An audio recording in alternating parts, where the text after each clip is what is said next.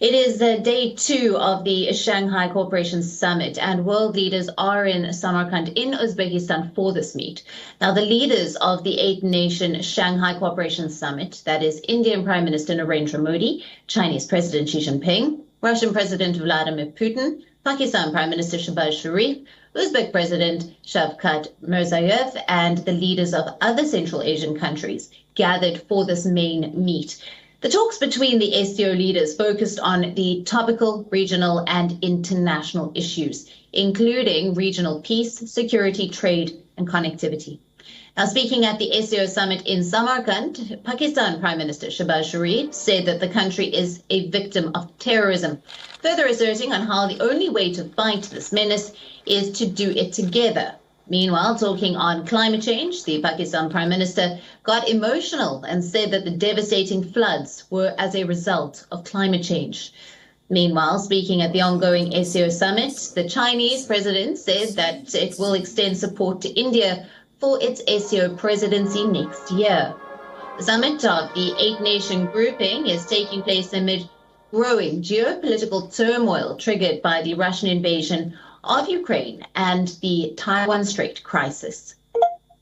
Now, Anas, coming to you, we earlier heard Pakistan Prime Minister Shehbaz Sharif with his comments there. What were some of the main takeaways that we heard from the Pakistan Prime Minister? I didn't understand that. Well, it was clearly a very emotional speech, Alison, on the part of the Pakistani Prime Minister Shehbaz Sharif. And there were three main highlights. First being on Afghanistan, that engagement is the key, that Pakistan was actively batting for unfreezing of Afghan assets, while at the same time they were emphasizing on interim Afghan authorities to give rights to women, children, especially the right to education and the right to free movement to women, and ensure human rights. That being said, then the second was with regards to terrorism and how the world needs to get together and how Pakistan has suffered at the hands of the meanness of terrorism. And the third, of course, was to climate change, the fact that how the flood fury has devastated the country. He did not give a figure, but he was clearly very, very emotional. Now, by and large, if you see the spectrum of engagements, it was Prime Minister Shehbaz Sharif's first ever SCO meeting that he attended as the head of state, and as we speak, he's attended at least 9 bilateral meetings. In fact, as I talk to you, the 10th meeting will be underway in a very short while from now with the Kazakh president.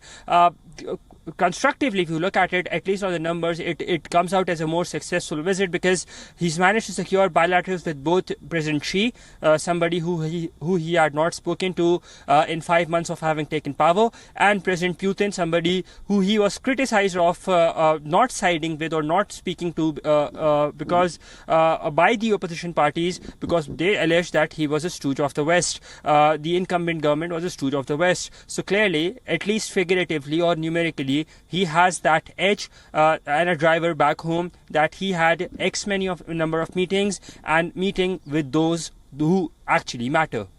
Alison? Right. Anas, thank you very much. Siddhant, thank you to you as well. We'll leave it there, and you both will, of course, be keeping us up to date with all the latest out of that SCO meet. WION, now available in your country. Download the app now. Get all the news on the move.